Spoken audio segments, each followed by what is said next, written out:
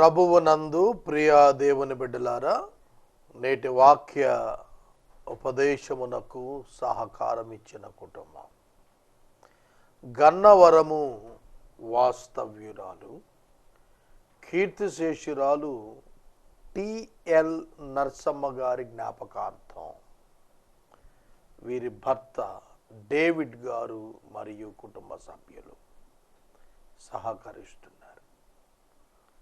సోదరులు డేవిడ్ గారికి ఆదరణ కలుగవలెనని ప్రార్థిస్తున్నాను. వీరి కుటుంబ సభ్యులను ప్రభువు ఆదరించునుగాక. ప్రార్థన చేద్దాం. మమ్మలను మిక్కిలిగా ప్రేమిస్తోన్న మా ప్రియ తండ్రి, మీకు వందనాలు. టిఎల్ నరసమ్మ గారి భర్త డేవిడ్ గారిని, వారి కుటుంబ సభ్యులను, సహకారం ఇచ్చిన వారి కుమార్తెను, వారి కుటుంబాన్ని దీవించుమని ప్రార్థిస్తున్నాను. ఎపిసోడ్ సహకారులను పంపమని అడుగుచున్నాము. మీ కార్యము మీరు జరిగించము. మీ చేతులకు మా ప్రేక్షకులను అప్పగిస్తున్నాను. వాక్యము ద్వారా మాట్లాడండి. రక్షకుడైన యేసు నామమున అర్థిస్తున్నాము తండ్రి, ఆమేన్. ప్రభువునందు ప్రియ దేవుని బిడ్డలారా, దయచేసి మీ పరిశుద్ధ బైబిల్ గ్రంథాన్ని తెరవండి. మార్కు సువార్త 2వ అధ్యాయము 18వ వచనము నుండి 20వ వచనము వరకు ఉన్న వాక్య భాగము ఉపవాసమును గూర్చినటువంటి వాక్య భాగము ధ్యానం చేద్దాము. యేసుక్రీస్తు ప్రభువు 12 శిష్యులను ఏర్పాటు చేసుకున్నాడు. ఆయనను బహుజన సమూహాలు వెంబడిస్తున్నాయి. ఆయన బోధ అందరి వలె కాక ప్రత్యేకముగాను అధికారముతోనూ కూడినది అయి ఉన్నది. ధర్మశాస్త్రోపదేశకుల యొక్క బోధ ధర్మశాస్త్రమును గూర్చినది అయితే, యేసుక్రీస్తు ప్రభువు తెలియచేస్తున్న బోధ కృపను గూర్చి, సత్యమును గూర్చి అయి ఉన్నది. ధర్మశాస్త్ర ఉపదేశకులు బోధిస్తున్నది పాపము వలన కలుగు శిక్షను గూర్చి అయితే, యేసు బోధిస్తున్నది పాపము నుండి వచ్చు శిక్ష అయిన మరణము నుండి విమోచన ఎట్లు అనేది బోధిస్తున్నాడు. That is the difference between the teaching of Jesus and the teaching of the scribes and Pharisees. యేసుక్రీస్తు ప్రభువు బోధ చేస్తూ ఆయనతో శిష్యులను వెంటబెట్టుకొని వివిధ ప్రాంతాలకు వెళ్తూ ఉండేవారు. యూదయ, సమరయ, గలిలయ ప్రాంతాలంతా తిరుగుతుండేవాడు. ప్రతిరోజు వాళ్ళు చక్కటి ఆహారం భుజిస్తూ ఉండేవాళ్ళు. మంచి భోజనం తింటున్నారు. వారానికి 7 రోజులు, 7 దినాలలో ఒకరోజు విశ్రాంతి దినము. పరిసయ్యులు వారమునకు 2 దినములు ఉపవాసం చేస్తారు. యూదులు 1 దినము ఉపవాసం చేస్తారు. Common public 1 day, religious practitioners 2 days fasting ఉంటారు.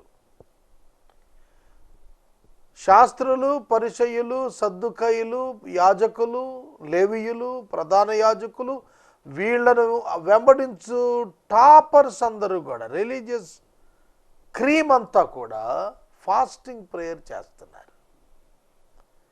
కానీ యేసు ప్రభు యొక్క 12 మంది శిష్యులు మాత్రం శుభ్రంగా తినేస్తున్నారు, ఉపవాసం చేయటంలా. సహజంగా యూదులైనప్పటికీ కూడా ఉపవాసం చేయకుండా తిరుగుతున్నారు. అక్కడ వారికి ఒక ప్రశ్న తలెత్తింది. ఏమిటంటే ఇతరులకి, ఏమిటబ్బా యేసుక్రీస్తు ప్రభు శిష్యులు ఉపవాసం చేయరేమిటి? యోహాను శిష్యులు ఉపవాసం ఉంటున్నారు, ఇతరుల శిష్యులు ఉపవాసం ఉంటున్నారు, మేము మోషే శిష్యులము అని చెప్పుకుంటారు. వాళ్ళు ధర్మశాస్త్రోపదేశకులు ఏమనుకుంటారో తెలుసా? మేము డిసైపుల్స్ ఆఫ్ మోసెస్, మోషే శిష్యులు అయ్యామే. మరి అటువంటప్పుడు యేసు, మరి నీ శిష్యులు ఎందుకు ఉపవాసం చేయటం లేదు? ఇది ప్రశ్న ఆయన యుద్ధకు తీసుకుని రాబడినది. మార్కు సువార్త 2వ అధ్యాయం 18వ వచనం. యేసు యోహాను శిష్యులను పరిసయ్యులను ఉపవాసము చేయుట అలవాటు. వారు వచ్చి యోహాను శిష్యులను పరిసయ్యుల శిష్యులను ఉపవాసము చేయుదురు గాని నీ శిష్యులు ఉపవాసము చేయరు, దీనికి కారణమేమిటి అని అడుగగా యేసు మాట్లాడుతూ, పెండ్లి కుమారుడు తమతో ఉన్న కాలమున పెండ్లి ఇంటి వారు ఉపవాసము చేయతగునా? పెండ్లి కుమారుడు తమతో కూడా ఉన్నంత కాలము ఉపవాసము చేయదగదు గాని పెండ్లి కుమారుడు వారి యొద్ద నుండి కొనిపోబడు దినములు వచ్చును, ఆ దినములలోనే వారు ఉపవాసము చేయుదురు. యేసు ప్రభు ఒక ఎగ్జాంపుల్ చెప్పాడు.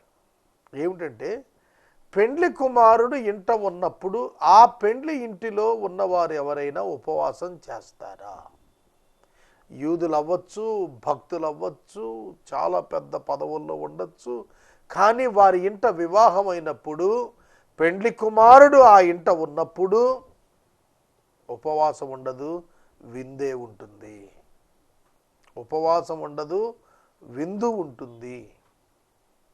పెండ్లి కుమారుడు వెళ్ళిపోయిన తర్వాత మరలా ఉపవాసం చేసుకుంటారు వాళ్ళు. కాబట్టి పెండ్లి కుమారుడు ఉన్నాడు ఇప్పుడు వాళ్ళతో అన్నప్పుడు యేసు ఏం చెప్పాలని ట్రై చేస్తున్నాడు వాళ్ళకి అసలు ఏమర్థమైంది?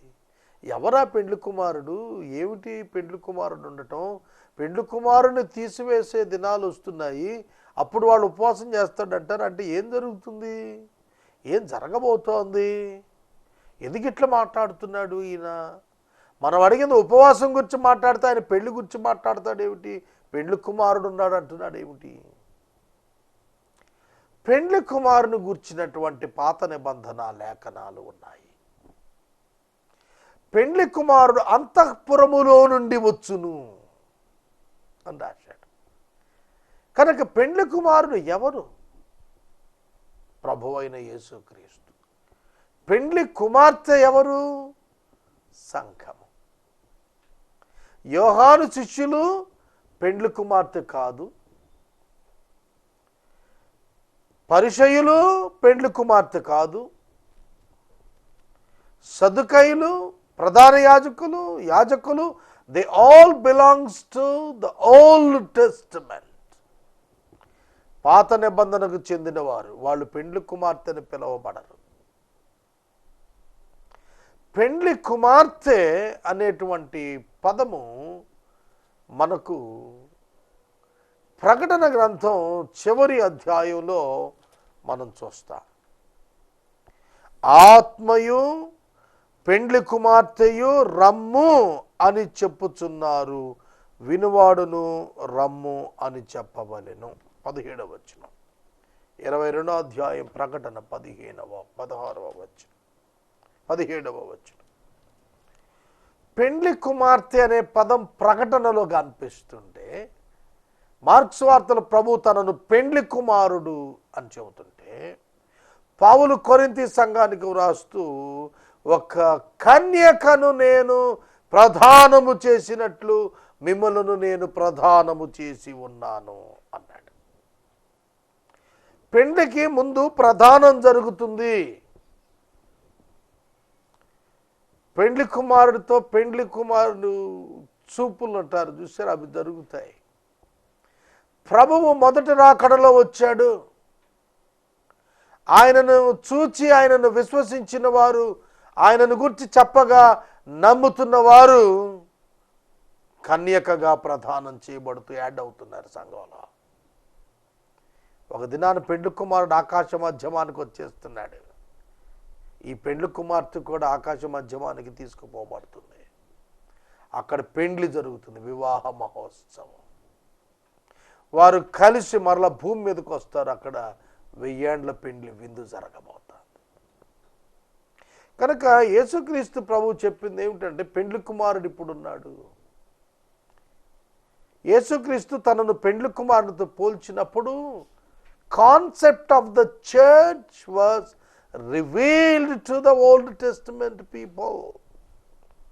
పాత నిబంధన క్రింద ఉన్నామని చెప్పుకుంటూ, ధర్మశాస్త్రము క్రింద ఉన్నామని చెప్పుకుంటూ అతిశయిస్తున్న వారికి కృప కింద ఒక జనాంగమును ఆయన సిద్ధం చేస్తున్నాడనే సత్యాన్ని ఆయన వారికి తెలియచేస్తూ వారు ఉపవాసం చేసే దినాలు ముందున్నాయి. ఈ పెండ్లి కుమారుడట తమతో ఉన్న కాలం గనుక వారు ఉపవాసం చేయరు కానీ వారి యొద్ద నుండి కొనిపోబడు దినములు వచ్చును. ఇంగ్లీష్లో చదువుతాను ఆ పదాన్ని.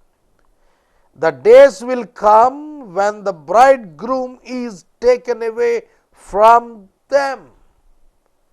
Taken away from them.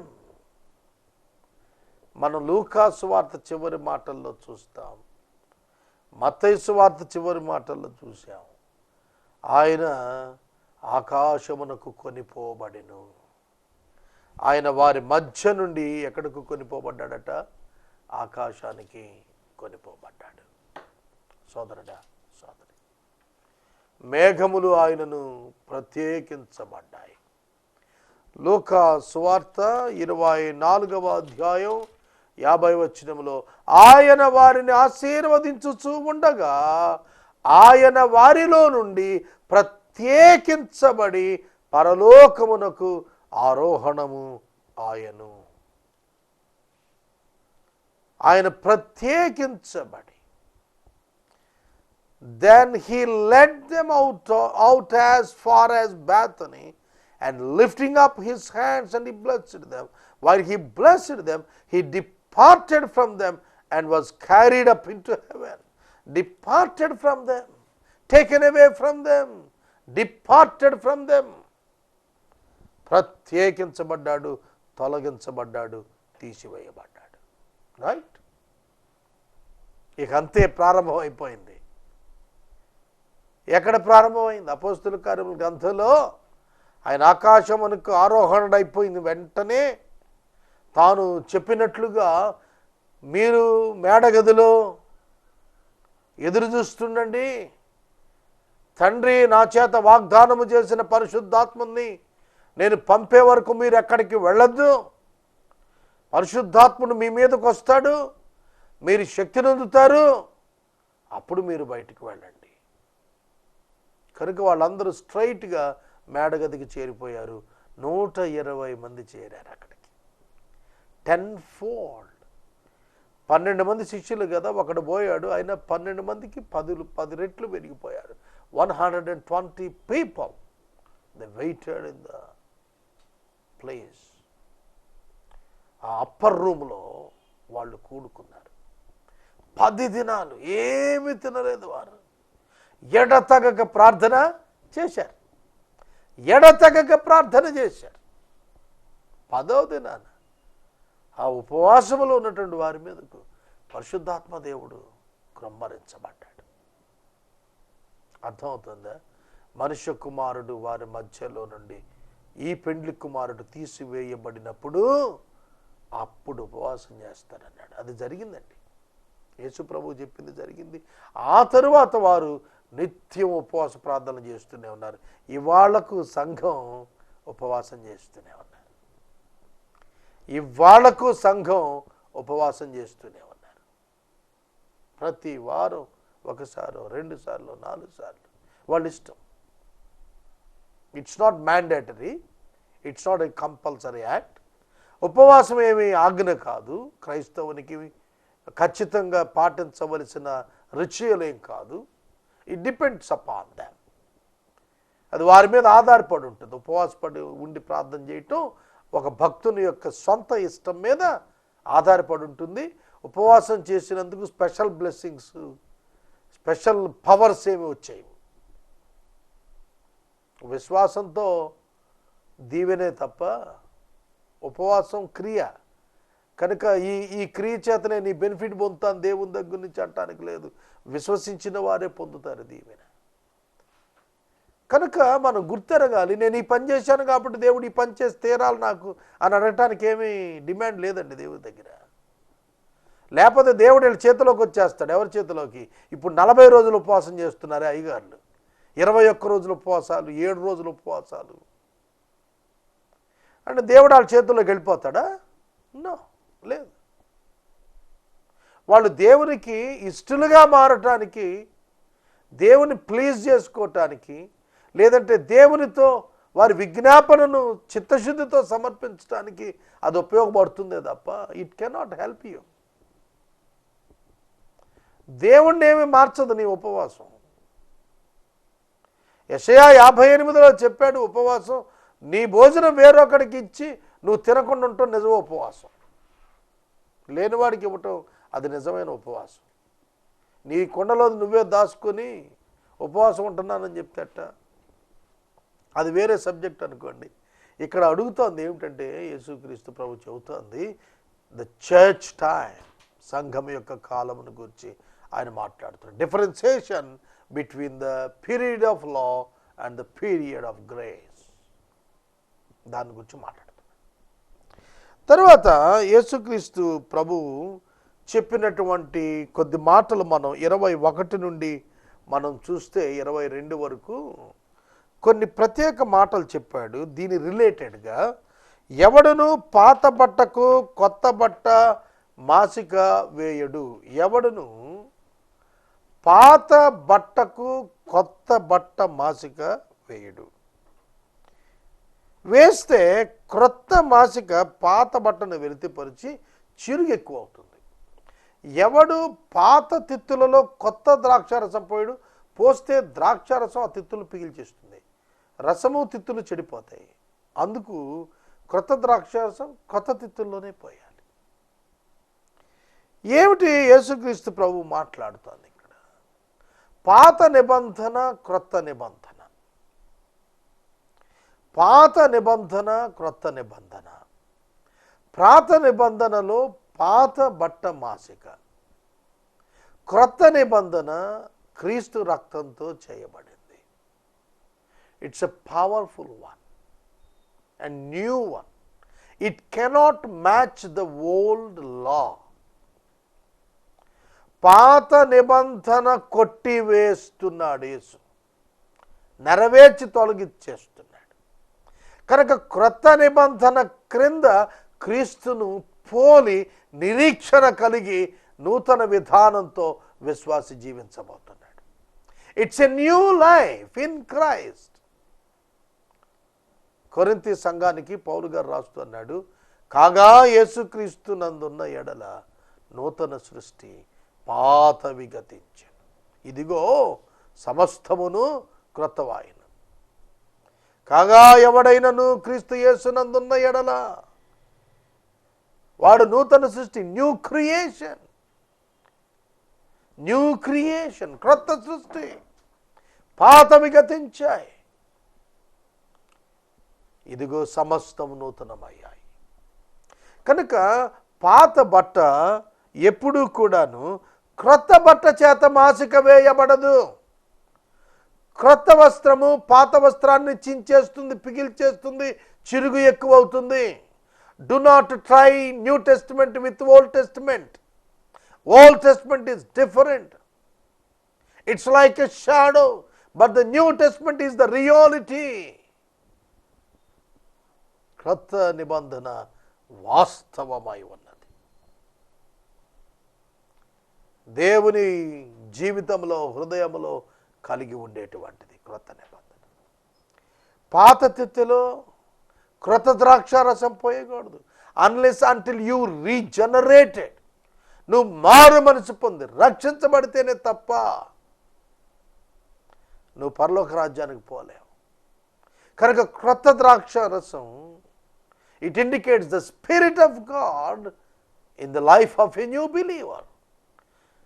ఒక వ్యక్తి యొక్క జీవితంలో పరిశుద్ధాత్ముడు వచ్చి నివాసం ఉండాలంటే క్రొత్త జీవితమే కావాలి, క్రొత్త తిత్తియే కావాలి, క్రొత్త నిబంధనయే కావాలి. పాత నిబంధన చెల్లదు. పాత నిబంధన మనుషులను ఇంకా పాపులుగానే చేస్తోంది, కానీ క్రొత్త నిబంధన మనుషులను విశ్వసించిన వారిని ఎల్లవేళలా నీతిమంతులుగానే ఉంచేస్తుంది. కాబట్టి పాత తిత్తులు పిగిలిపోతాయి, క్రొత్త తిత్తులు నిలబడతాయి. కనుక రసము పాడవుతుంది, తిత్తి కూడా పాడవుతుంది. పాత దానిలో క్రొత్త రసాన్ని పోస్తుంది. కనుక చాలామంది రిలీజియస్ యాక్టివిటీకి వెళ్తున్నారండి. వాళ్ళు they try to implement the law of Moses in their lives, even in the Christianity. క్రైస్తవ్యంలో కూడా చాలామంది మోషే యొక్క ధర్మశాస్త్రం ప్రకారం నడిచే ప్రయత్నాలు చేస్తున్నారు. సెవెంత్ డే అడ్వాంటిస్ట్స్ విశ్రాంతి దినాన్ని తీసుకున్నారు. విశ్రాంతి దినం పాత బట్ట. విశ్రాంతి దినం క్రిస్టియన్కి లేదు. విశ్రాంతి దినము మనుషుని కొరకే, మనుషుడు విశ్రాంతి దినం కొరకు కాదని యేసు ప్రభు తేల్చి చెప్పాడు. 4వ ఆజ్ఞ, we don't need to follow as the believer of Jesus Christ. కానీ సెవెంత్ డే అడ్వాంటిస్టులు ఏమన్నారు? అది పాత బట్ట, దాన్ని తెచ్చారు. దాన్ని తీసుకుని వచ్చి కొత్త బట్టకు మాసికేస్తే, కొత్త నిబంధనలోని విశ్వాసం తీసుకెళ్ళి పాత నిబంధనలోని ఆ తుడిచివేయబడిన లాకి అప్లై చేస్తే అర్థమవుతుందా? కనుక క్రొత్త నిబంధనలో జరుగుతున్నది ఏమిటంటే, mandatory if you can observe in the Matthew 5, మత్తయి సువార్త 5వ అధ్యాయంలో పరలోక రాజ్య ప్రవేశం గురించినటువంటి మాటలు కొండ మీద ప్రభు చెబుతూ వచ్చినప్పుడు బీయాటిట్యూడ్స్ అంటారు. బీటిట్యూడ్స్, దీవెనలు, ధన్యతలు ఉన్నాయే, అవి చదివితే లాకిను గ్రేస్కి ఉన్న వ్యత్యాసం అర్థమైపోతుంది. తెలిసిన జడ్జిమెంట్కి, బ్లెస్సింగ్కి, హోప్కి ఉన్న వ్యత్యాసం తెలుస్తుంది. తీర్పుకి, నిరీక్షణకి ఉన్న వ్యత్యాసం తెలియాలంటే you must enter in to the new testament. Simple, very simple, చాలా సింపుల్ అండి. అది యేసుక్రీస్తునందు ఉన్నవాడు సాధారణం కాదు, అది దేవుని యందు ఉన్నవాడు. పాత నిబంధనలో పరిశుద్ధాత్మని యొక్క నివాసం విశ్వాసంలో లేదండి. అనాయింట్మెంట్ ఉందంతవరకే, ఇండ్వెల్లింగ్ లేదు. కానీ క్రొత్త నిబంధనలో విశ్వసించిన వారి అంతరంగంలో నూతన స్వభావాన పరిశుద్ధాత్మ దేవుడు శాశ్వతంగా నివాసం చేస్తూనే ఉంటాడు. Indwelling of the Holy Spirit until the death. ఆ వ్యక్తి మరణించే వరకు కూడా పరిశుద్ధాత్మ దేవుడు ఆయన యందు ఉంటాడు, ఆ వ్యక్తి యందు ఉంటాడు. కనుక నూతన తిత్తి నూతన జీవితాన్ని సూచిస్తాను, నూతన బ్రతుకును సూచిస్తాను.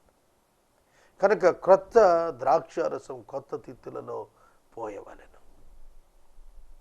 You must regenerate to receive the blessing of God and the promise of God, the Holy Spirit. దేవుని వాగ్దానమైన పరిశుద్ధాత్ముడిని నీవు పొందాలి అంటే, ఆయన నిత్య జీవాన్ని అనుభవించాలంటే you must be regenerated, you must be reborn. నువ్వు తిరిగి జన్మించాలి. కనుక తిరిగి జన్మించిన వారు ఆ అనుభవాన్ని ఎరుగక బతుకుతున్నారు. తిరిగి జన్మించిన వారు ఆ ఎక్స్పీరియన్స్ ఎంత రిచ్నెస్ అర్థం కాక బతుకుతున్నారు. అందుకే క్రైస్తవ్యం వ్యాప్తి చెందటంలా భారతదేశంలో. People are not living up to the standards of the word of God. దేవుని వాక్యపు ప్రమాణం ఉందే స్టాండర్డ్, ఆ స్టాండర్డ్కి ఎదిగి జీవించట్లా ఇండియన్ క్రిస్టియన్. అందుకనే క్రైస్తవ్యం అంటే ఎవరికి అర్థం కావట్లేదు. క్రైస్తవ్యం అంటే చప్పట్లు కొట్టడం, పాటలు పాడటం, ఊరేగింపుకి వెళ్ళటం, తెల్ల డ్రెస్సులు వేసుకోవటం, కంజర్లు కొట్టుకోవటం, పాటలు పాడుకోవటం అనుకుంటున్నారు. నో, కాదు. It's new life. మనుషులు చేయలేనిది చేయటం క్రైస్తవ్యం, మానవత్వాన్ని మించినది చేయగలగటం క్రైస్తవ్యం. ఇది ఎప్పుడు అభ్యాసానికి వస్తుంది? సంఘ కాపరులు సంఘ పెద్దలు దెబ్బలాడుకుంటే వస్తుందా? చెప్పండి. ఇంకా కులము చూస్తుంటే క్రైస్తవ్యములో ఈ యొక్క రూపాంతరం ప్రజలకు అర్థమవుతుందా? చెప్పండి. ఇంకా ధన భేదాలు చూస్తుంటే, వర్గ భేదాలు చూస్తుంటే, మనుషులు కేవలం మనుషుల కంటే హీనంగా సంఘంలోని వ్యక్తులే ప్రవర్తిస్తుంటే దైవత్వాన్ని ఎక్కడ చూపించగలుగుతామండి? Shame on our part. మనం సిగ్గుతో తలంచుకోవాలి. Live like Jesus. యేసు వలె జీవించు, యేసును వెంబడించు. అది కదా క్రొత్త నిబంధనలో. ఓల్డ్ టెస్టిమెంట్లో మోషేని ఫాలో అయ్యారు. మోషే మోషే మోషే మేము మోషే శిష్యులు, అబ్రహాము సంతానం అని చెప్పుకున్నారు. కానీ ఇప్పుడు మనం అలా చెప్పటం లేదే. మేము దేవుని సంతానము, మేము యేసు శిష్యులము అని చెబుతున్నాం కదా. సో ఎంత డిఫరెన్స్ ఉందండి. Children of God, not the children of Abraham. We are the children of God. అర్థమవుతుందా? ఎంత మేజర్ డిఫరెన్స్ ఉందండి. కనుక కొత్త తిత్తెలలో కొత్త ద్రాక్షారసం, నూతన జీవితంలో నూతనమైన ఆత్మచేత నూతనమైన కార్యాలు సాధించడానికి కొనసాగుతాము. నేను 22వ వచనం దగ్గర వాక్యాన్ని నిలుపుదల చేస్తున్నాను.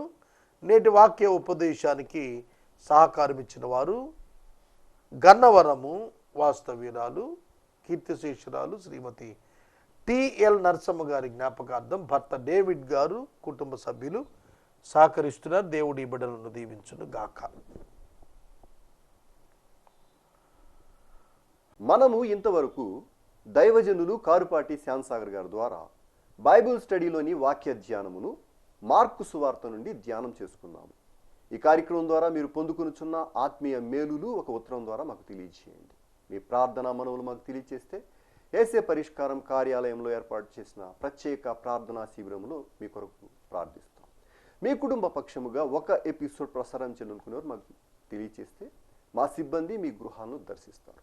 ముగింపు ప్రార్థన ఆశీర్వాదాలతో ఈ కార్యక్రమాన్ని ముగించుకుందాం. ప్రార్థన.